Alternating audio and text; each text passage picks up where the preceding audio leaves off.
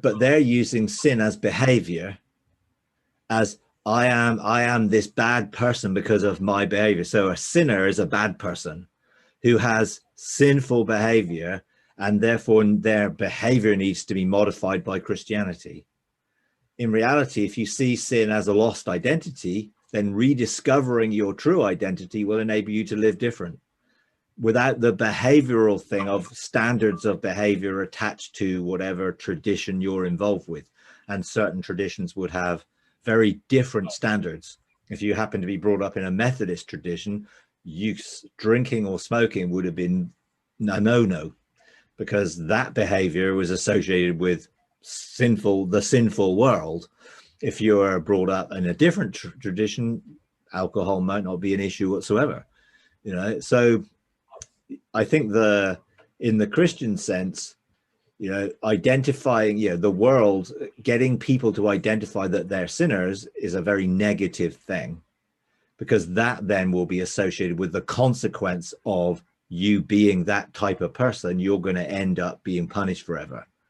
That's why it's focusing on negative behavior, which has a consequence if you don't follow Jesus, rather than discovering your actual identity that you've lost sight of, so you can become the person that God always wanted you to become, which is a very more positive framework, not a negative one.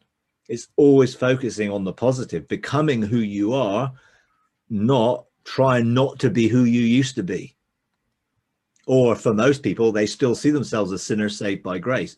So they're trying to not be that person all through their Christian lives, and they're struggling with their behavior because the whole focus is on don't do that.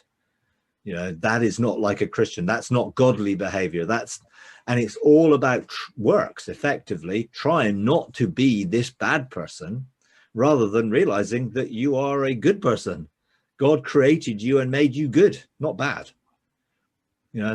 So I think the framework of what we do in our renewing our minds needs to be, to me, be based on the positive rather than the negative. If you keep focusing on the problem just gets bigger and bigger, and you get more consumed by trying to not outwork that, stop doing that behavior, stop doing that thing, rather than embracing a new perspective of who you are and finding a whole new world of amazing adventures and things you can be involved in, which don't even give you the desire to do any of that negative stuff, because you've seen so much good stuff that's replaced it. You don't need it anymore. There's no need to do something which is part of your old identity when you've discovered your new identity, because your new identity doesn't have any of that stuff attached to it. So I think when we see from a Christian perspective, sin has been the big issue that you're trying to get people to admit. And the 4 spiritual laws, what does it start with? Admit you're a sinner. Admit it, own up to it. And if you do, oh yeah, I'm a sinner. What do you need? Well, I need salvation then from my sin.